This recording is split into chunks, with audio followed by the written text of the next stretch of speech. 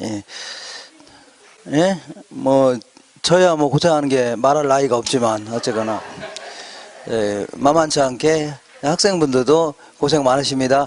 자, 이러한 고생이 전혀 헛되이 되면 절대 안 됩니다. 그래서, 어쨌거나 지금은 이제 한 5개월 남짓 남았는데, 자꾸 뭐 몇 번 얘기하지만, 지리하게 쭉쭉 길게 얘기하고 있는 다양한 형태의 뭐 무슨 동영상 강의라든가 아니면 두꺼운 책 이런 거 약간 자제하고 시험에 나올 만한 내용 있죠? 요거 아주 탁탁 정리하셔야 됩니다.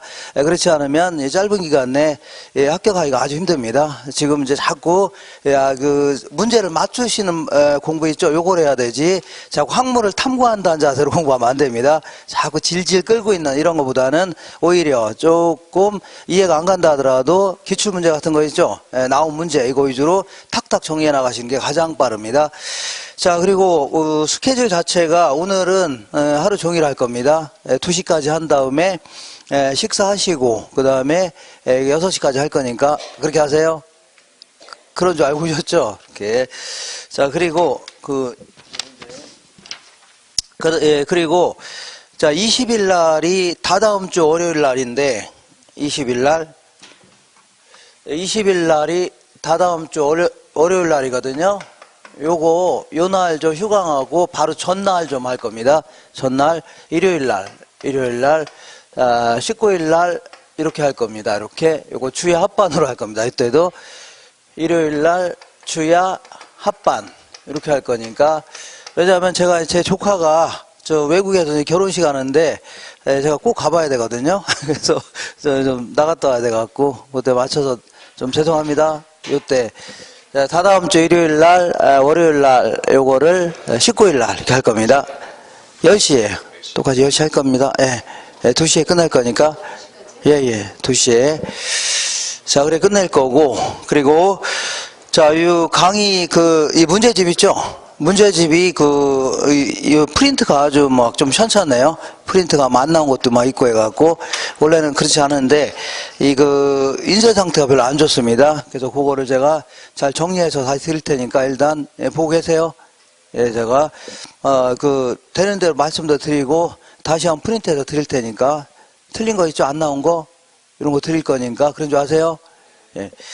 자, 곧바로 오늘 전 시간에 했던 거를 한번 풀어볼게요. 전 시간에.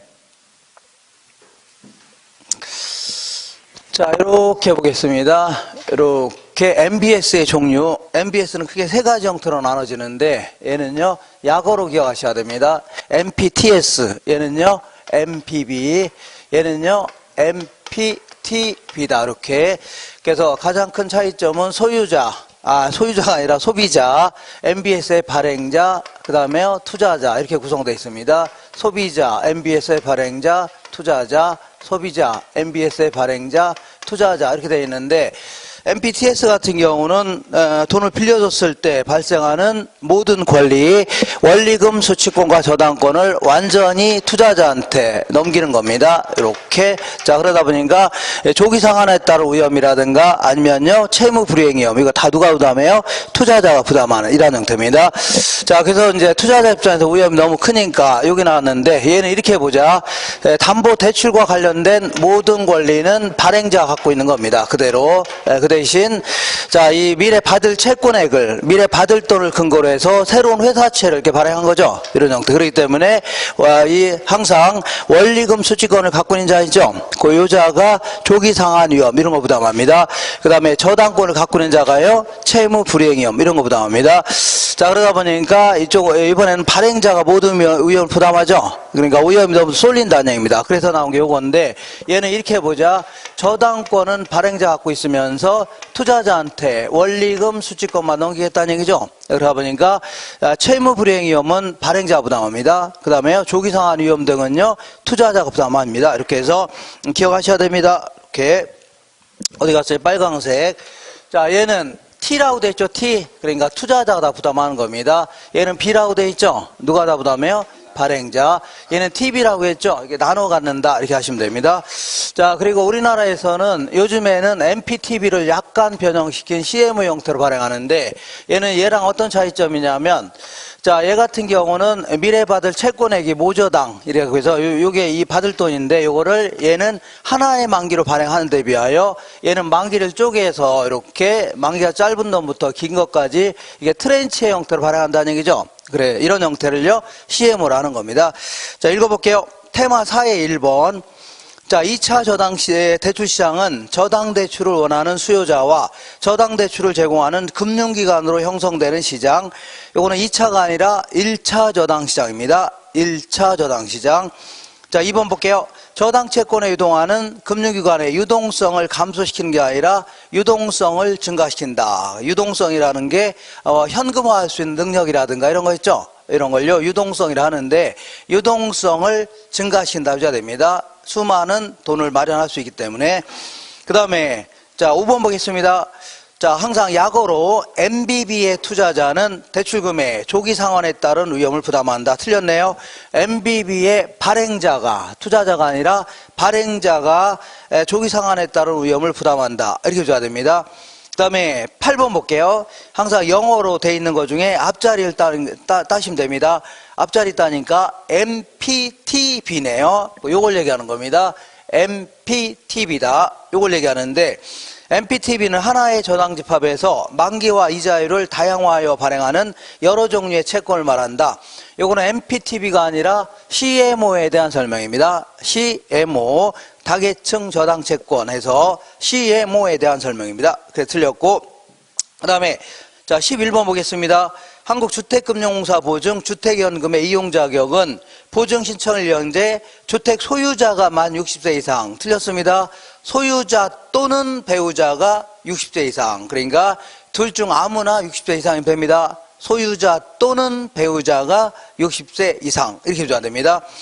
자, 그래서 틀렸고 12번 보시면 한국주택금융공사 보증 주택연금의 종신 지급 방식에서 가입자가 사망할 때까지 지급된 주택연금의 대출 원리 금액이 담보주택 가격을 초과한다는 얘기죠. 그러니까 아주 오래 사시는 바람에 굉장히 빌려준 돈이 굉장히 많다는 얘기 아닙니까? 그러면 이때는 초과 지급된 금액은 법정 상속인이 상환해야 된다. 틀렸습니다. 상환할 필요 없다. 이렇게 해줘야 됩니다. 그러니까 법정 상속인한테 청구할 수 없는 겁니다. 이렇게 하셔야 돼요. 자, 그 다음에 이번에는 이렇게 보겠습니다. 뭐냐면 이렇게 자, 리츠의 종류는 가장 이제 그 주된 목적으로 탄생한 게 이겁니다. 기업 구조조정 리츠다 해서 구조조정을 지원해주기 위해서 나온 리츠가 이겁니다. 근데 일반 부동산에도 투자할 수 있다는 얘기죠. 여기에는 이제 자기관리 리츠가 있는데 요거하고 위탁관리 리츠 이렇게 있습니다. 이렇게. 그래서 얘는 이제 실체가 있는 회사입니다. 얘는 서류상으로만 존재하는 이런 명목회사입니다.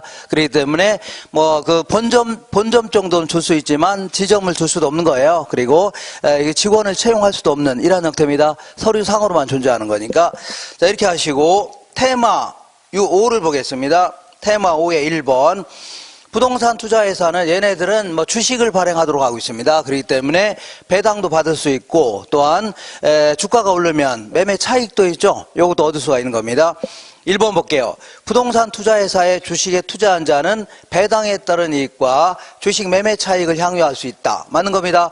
자, 그다음에 3번 보시면 부동산 투자회사는 부동산 투자회사법에서 특별히 정한 경우를 제외하고는 상법의 적용을 받는다. 이런 표현 기억하세요?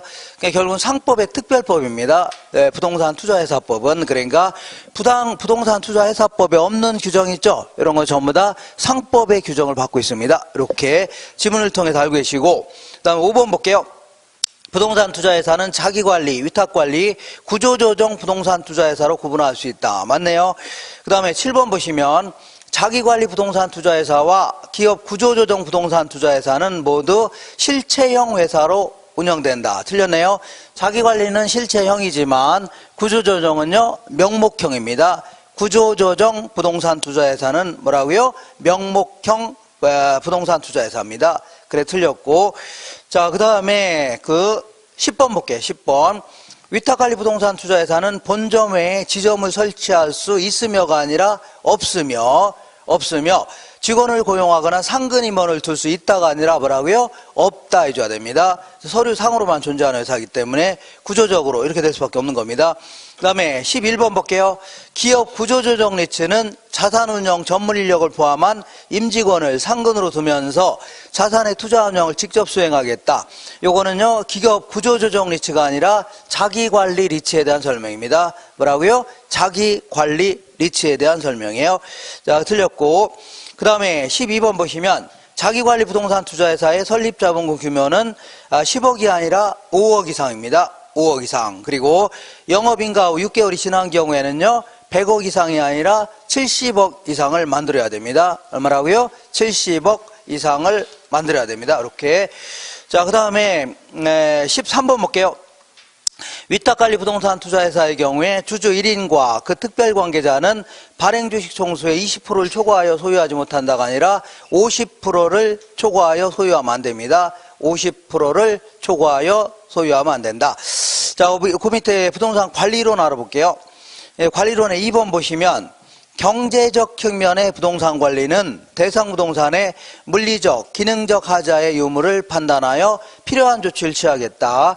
그러니까 물리적, 기능적 하자라는 게 뭐 노후화된 거 좀 고치고 수리하고 교체하고 이런 거 있죠. 이걸 전부 다 물리적, 기능적 하자의 유무를 판단하여 조치를 취하는 거 아닙니까? 요거는 경제적 측면의 관리가 아니라 기술적 측면의 관리다 해줘야 됩니다. 경제적 지우시고 뭐라고요?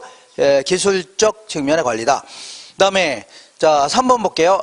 혼합관리 방식은 필요한 부분만 선별하여 위탁하기 때문에 관리의 책임 소재가 분명하다가 아니라 불분명하다. 왜냐하면 일부는 소유자, 일부는 전문가가 하다 보니까 누가 더 책임이 있냐 요거를 판단하기가 애매한 경우도 많다는 얘기죠. 이렇게 해야 됩니다. 그 다음에 5번 볼게요. 자, 우리 일반적으로 관리 영역에 따라서 시설 관리 해주면요, 현 시설을 운영하고 유지하는 정도의 소극적 관리 있죠. 이걸 시설 관리라 한다면 자산 관리는요, 가치 증진 방안까지 보석하겠다는 얘기죠. 때로는 장사가 안 되는 거는 팔아치우겠다, 새로운 걸 구입하겠다. 어떤 식으로 구성하는 게 최적의 포트폴리오냐, 위험도 관리하고 리모델링 관리도 하고 이런 거 다 뭐라고요? 자산 관리입니다. 그래서 거기 5번 보시면 다음의 업무를 모두 수행하는 부동산 관리 유형은 자, 포트폴리오 관리, 투자 리스크 관리, 매입 매각, 재투자 이런 거 전부 다 자산 관리 영역입니다. 무슨 관리라고요? 자산 관리 영역. 그 다음에 7번 볼게요. 비율 임대차는 임차자 총 수입액의 일정 비율을 니네들 매출액의 한 30%를 임대료 달라는 얘기죠. 이런 형태 임대료 지불하는 것을 비율 임대차 이렇게 얘기합니다. 이거 맞는 겁니다. 총 수입액의 일정 부분을 임대료 내라는 얘기죠. 이렇게 여기까지 이렇게 해서 어떻게 좀 할만했나요? 전 시간에 이런 거 했는데 자 이거 좀 기억나시나요? 자 어떻게 기억이 전혀 안 납니까? 이렇게 자 네 얼굴도 기억이 안 나는데 이걸 어떻게 기억하냐 항상 하는 얘기가 너 선생 바뀔 줄 알았다 합니다. 일주일 만에 보니까. 자 오늘은 어디를 할 거냐면 우리 강의 노트를 좀 보겠습니다. 노트. 자 노트를 보시면 어디를 볼 거냐면 쭉쭉 뒤로 넘기셔야 됩니다. 자 168페이지 볼 겁니다. 168페이지. 자 감정평가 3방식 요걸 할 겁니다. 요걸 할 거니까 자, 좀 늦게 오신 분들은, 앞부분 언제 합니까? 앞부분은 제가 11월 달에도 했고, 또 1월 달에도 했던 내용들입니다. 그래서 좀 늦게 오신 분들은 조금 기다렸다가 5월 달, 6월 달 강의할 때 있죠? 끝에서 한 번에 다 할 겁니다. 늦게 오신 분은, 알겠나요? 그래서 오늘은 3방식이라는 걸 공부할 겁니다. 감정평가를 하고요. 3방식, 요 공부할 건데, 자, 잠깐만 저 어디 갔다 돌아올게요. 자, 우리 그 문제집 있죠? 문제집에 저번에 한번 체크를 해드렸는데 264페이지 잠깐 볼게요.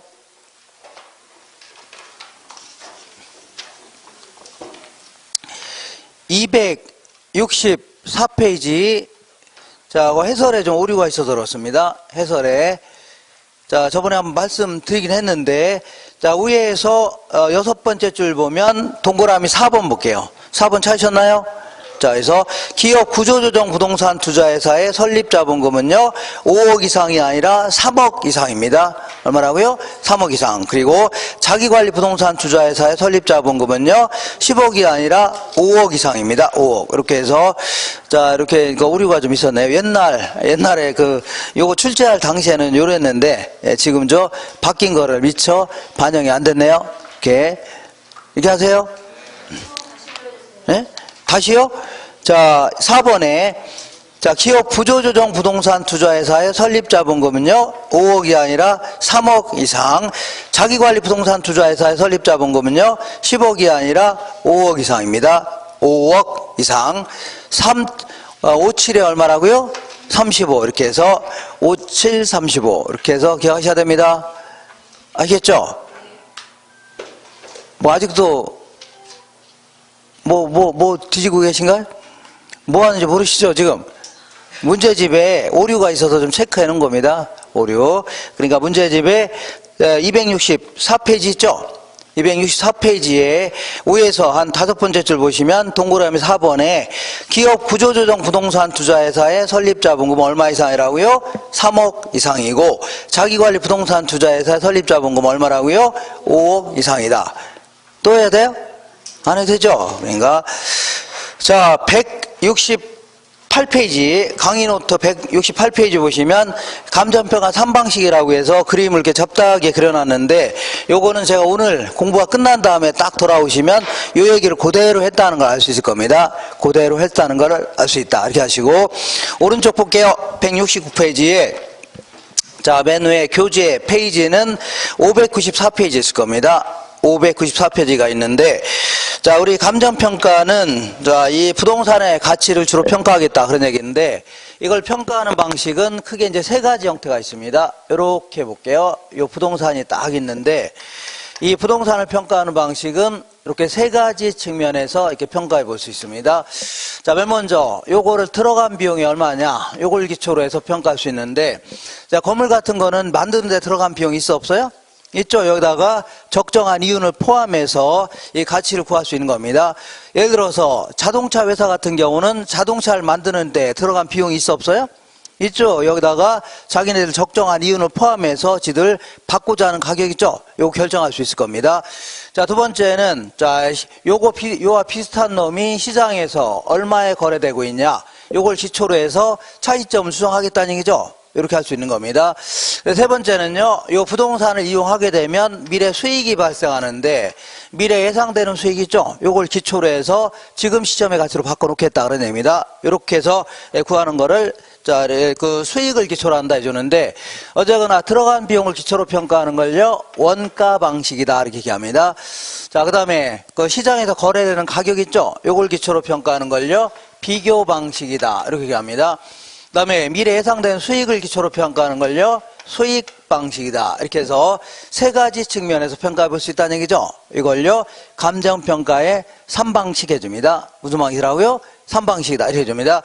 근데 여기서 약간 좀 어려운 얘기를 할 건데, 어려운 얘기는, 뭐 그런 얘기구나 하면서 결론만 딱 기억하시면 됩니다. 딱 뭐만 기억하라고요? 결론만 다 기억하시면 됩니다. 이렇게 해서 약간 어려운 얘기를 하는데, 자, 가격. 요거는요, 수량인데, 자, 이렇게 그려지는 게 뭐예요? 공급 곡선인데, 이 공곡선 자체가 경제학에서는 비용 곡선입니다. 이걸요, 한계 비용 곡선이다. 마지널 코스트 해줍니다. 그래서 이 비용을 쭉, 들어간 비용 있죠? 이걸 한계 비용을 쭉 연결한 게 뭐라고요? 공급 곡선입니다. 그러니까, 기업 입장에서도 물건 만드는데 뭐가 들어가요? 비용이 들어가, 안 들어가요? 들어가죠. 그러니까 이만큼 만들어 팔 때, 자기들도 비용이 들어가니까 적정한 이윤을 포함해서 단위당 이만씩 받겠다는 얘기입니다. 이만큼 만들어 팔 때 단위당요, 요만 받겠다는 얘기죠. 결국은 이거는요, 공급자 측면에서 받고자 하는 가치입니다. 이렇게.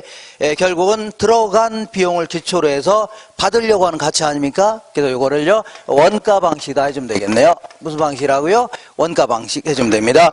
그 다음 이번에는 이렇게 볼게요. 이거를 뭐라 하냐면 수요 곡선 했는데 이게 경제학에서는 효용 곡선입니다. 한계 효용이다. 마지널 유틸리티 해갖고 한계 효용이다 해주는데 이것도 마찬가지로 이거는 우리가 이 물건을 구입하는데 돈을 지불하려고 하는 이유가 있겠죠. 그 이유가 그냥 심심해서 돈을 주는 건 아니겠죠. 그러니까 자기도 그 물건을 이용하게 되면 미래에 뭘 얻을 수가 있어요? 만족감 얻을 수가 있다는 얘기입니다. 아니면요, 만족감을 다른 말로 편익, 아니면요, 수익, 효용, 이런 거에 대한 대가를 지불하려고 하는 거죠. 그러니까 내가 물건 이만큼 구입할 때 자기도 그만한 만족감이 있으니까 단위당 이만큼 지불하겠다는 얘기입니다. 이만큼 구입할 때 그 정도의 수익이 예상되니까 이만큼 지불하겠다 그런 얘기입니다. 그죠? 그러니까 결국은 이 수요 곡선이라는 것은 수요자 측면에서 지불하고자 하는 가치다. 그래서 결국은 미래 예상되는 편익 아니면 수익 요걸 기초로 해서 수요자 입장에서 지불하고자 하는 가치입니다. 결국은 이게 바로 수익 방식이 될 수 있는 겁니다. 무슨 방식이라고요? 수익 방식. 근데 시장에서는 수요와 공급이 만나는 점에서 뭐가 결정되냐면 균형 가격과 수량이 결정되죠.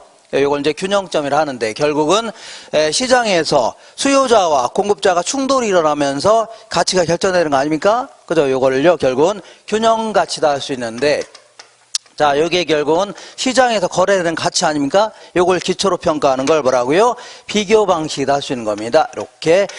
근데 제가 이제 수요 공급이 일어날 때 항상 얘기하지만 이 완전 경쟁을 가정한다. 무슨 시장이라고요?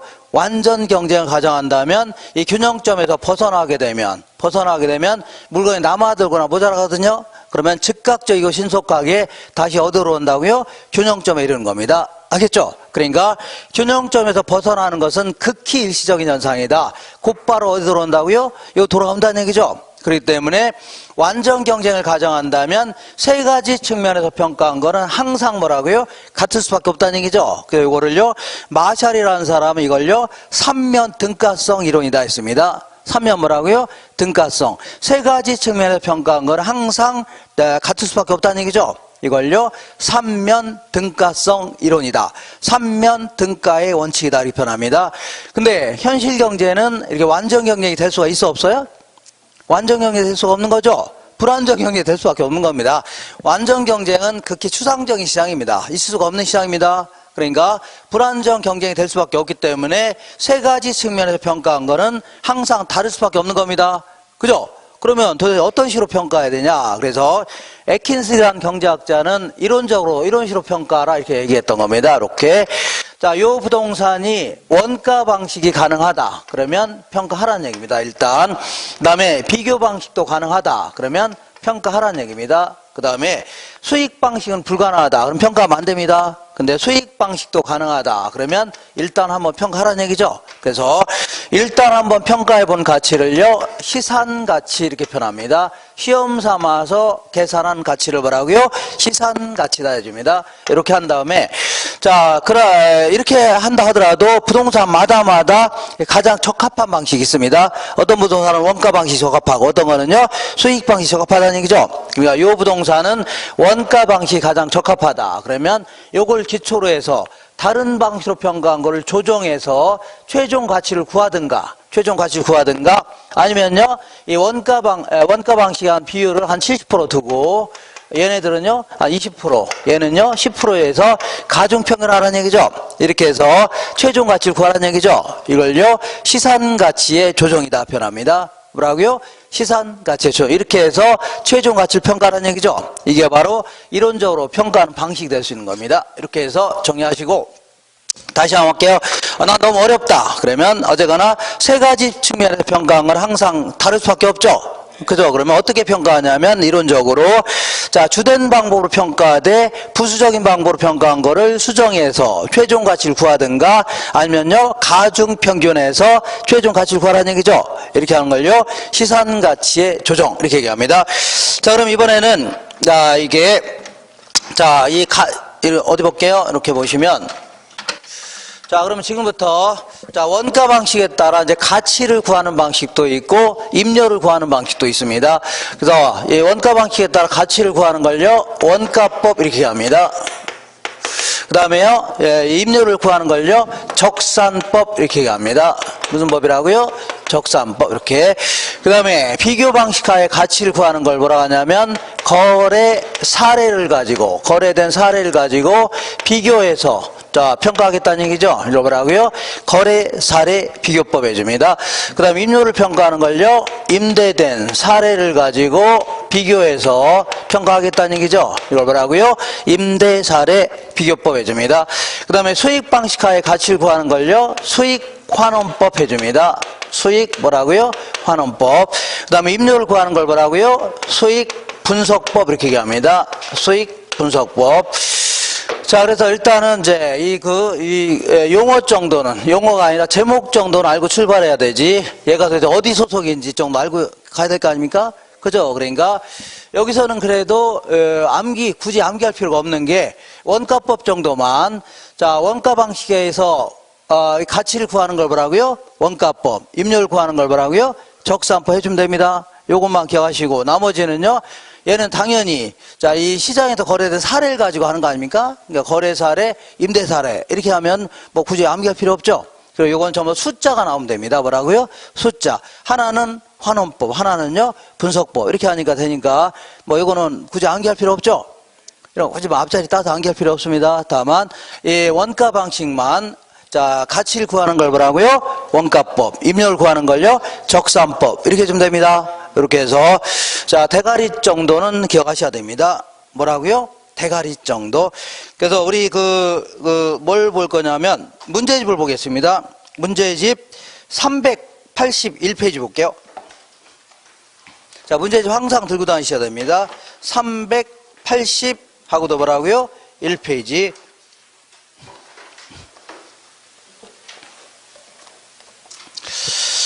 자, 381페이지 찾으셨나요? 자, 1번 볼게요. 자, 시상가치의 조정에 대한, 자, 지금부터 이 가치와 가격을 여기서 구분하는데 뭐냐면 가격은, 자, 지금부터 가격은 무조건 내가 시장에서 얼마 줬다는 얘기죠? 3억 8천 줬다. 그럼 그것만 가격입니다. 나머지 다 뭐라고요? 가치 해줘야 돼요. 다시 할게요. 다시. 자, 내가 시장에서 돈 얼마 줬어요? 안 줬어요?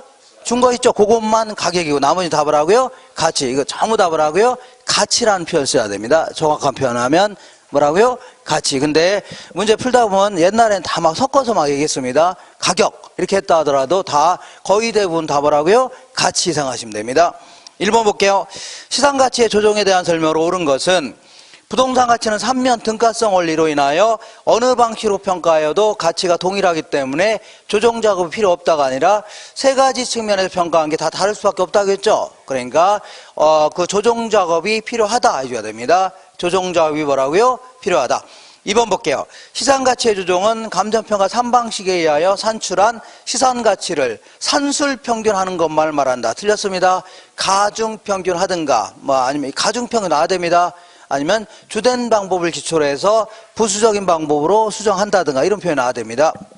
그 다음에 3번 볼게요. 자, 시상가치의 조정은 평가 시 사용된 자료의 양이라든가 정확성 및 적절성 등을 고려하여 각각의 방법에 가중치를 두어서 가치를 결정하겠다. 이건 많은 편입니다. 맞아요. 그 다음에 4번에 볼게요. 세 가지 평가 방식을 적용시켜 각각 일단 산출한 가치가 대상 부동산의 최종 평가 가치가 아니라 시산 가치다 해주는 겁니다. 일단 한번 각각 산출한 가치를 뭐라고요? 시산 가치다 이렇게 줘야 됩니다. 시산 가치. 그다음에 시산 가치에 조정에 사용된 확인 자료에는 거래 사례, 임대 사례, 수익 사례 등의 자료가 있다. 이거는 확인 자료가 아니고 사례 자료를 얘기합니다. 뭔 자료고요? 사례 자료. 자, 확인 자료는 어떤 게 있나요? 뭐 등기부라든가 아니면은 뭐 계약서라든가 이런 게 계약서 이런 거를 확인 자료 해줍니다. 확인 자료 뭐 이런 것까지 굳이 자세히 할 필요는 없고 그냥 거래 사례, 임대 사례 이런 거니까 이거는 확인 자료가 아니라 뭐라고요? 사례 자료. 여러 가지 자료가 필요한데 그 중에서 이건 뭐라고요? 사례 자료다 해주면 됩니다. 한 장 넘겨볼게요. 자, 넘겨보시면 2번 볼게요. 2번. 자, 괄호 안에 들어갈 내용으로 옳은 것은 자, 원가 방식은요, 이 비용성의 원리에 따라 뭐라고요? 비용성의 원리에 따라 가치를 구하는 거를 원가법, 임료를 구하는 걸요, 적산법 이렇게 해줘야 됩니다. 그 다음 비교 방식은 시장성 원리에 따라서 가치를 구하는 걸요, 거래 사례 비교법 해줘야 됩니다. 거래 사례 비교법. 임료를 구하는 걸요, 임대사례 비교법 이렇게 줘야 됩니다. 그 다음에 수익 방식은 수익성의 원리에 따라서 가치를 구하는 걸요 수익환원법, 임률을 구하는 걸요 수익분석법 이렇게 줘야 됩니다. 자, 이렇게 해서 그 문제가 이제 간단히 이렇게 해서 대가리 위주로 물어보기도 합니다. 그러니까 이 정도는 최소한 자, 이 소속 정도는 기억하고 출발해야 되지 얘가 어디 있는 애인지 잘 모르면 좀 그렇죠. 그죠? 그래서 자, 이름 정도는 알고 있어야지. 어떤 사람은 저만 보면 맨날 어이 그러는데 그러면 기분 나쁘죠? 그래서 이름 정도는 기억하는 게 좋을 거 아닙니까? 그죠? 자, 지금부터 자, 이렇게 지금부터 요 밑으로 이렇게 내려가면서 하나하나 공부할 건데 여기서는 가능하면 자, 이 가치를 구하는 데 초점을 맞춰야 됩니다. 가치를 구하는 거에 초점을 맞춰야 되지 임료를 구하는 거였죠. 요거는 거의 안 물어봅니다. 거의 안 물어보고 참고로 이렇게 자, 비교 방식하에 임료를 구하는 걸 뭐라고요? 임대사례 비교법이다. 이 정도만 알고 있어도 문제 풀이하는데 이상 없습니다.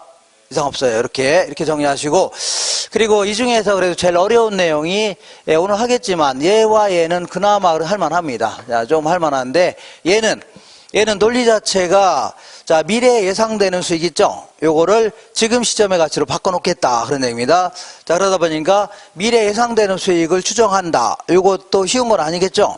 근데 더 큰 문제는 얘를 지금 시점의 가치로 바꿔놓겠다는 얘기입니다. 이거 무슨 수로 바꿔놓습니까? 상당히 논리 자체가 어려울 수밖에 없습니다. 그래서 요거는 한 3년을 공부하든 4년을 공부하든 문제가 약간 어렵게 물어본다. 그러면 틀릴 가능성도 굉장히 높습니다. 알겠죠? 근데 어떤 경우는 공부를 한 자도 안 했는데도 불구하고 맞출지도 모릅니다. 어떻게 맞추는 거예요? 찍어서 맞추면 되겠네요. 두 가지 선택이 있다면 당연히 우리는 효율적인 공부를 해서는 후자를 선택해야 됩니다. 뭘 선택하라고요? 후자. 그래서 난 도저히 이해가 안 간다. 그러면 이따가 제가 하겠지만 그냥 가볍게 뭐 넌 혼자 떠들어라. 난 대충 뭐 저런 얘기구나. 이렇게 마시면 충분합니다. 그죠? 그래서 거기에 이제 집중할 시간이 있으면 다른 거 있죠? 쉬운 내용, 이런 걸 계속 공부하는 게 훨씬 낫습니다. 그죠? 자꾸 암기하고 쉬운 내용 있죠? 이런 걸 공부하는 게 좋지. 자, 여기서 한 문제. 보통 여기서 한 문제 쪽 나오는데, 요걸 한 문제를 포기했다고 해서, 이 당락에 좌우되는 게 절대 아닙니다. 오히려, 요걸 포기하는 사람이 오히려 고득점 할 수가 있는 겁니다. 아닌 그런가요? 왜냐면 그 시간에 있으면 다른 걸 더 하는 게 낫다는 얘기죠. 이렇게 그래야지 훨씬 더 합격률이 높을 수가 있는 겁니다. 그죠? 이렇게. 자, 이렇게 하시고 어쨌거나 순서에 따라서 원가법부터 쭉 진행할 겁니다. 이렇게. 벌써 시간이 다 됐네요. 자, 이렇게 해서 잠깐만 쉬었다가 원가법부터 쭉 진행할 겁니다. 자, 잠깐 쉬겠습니다.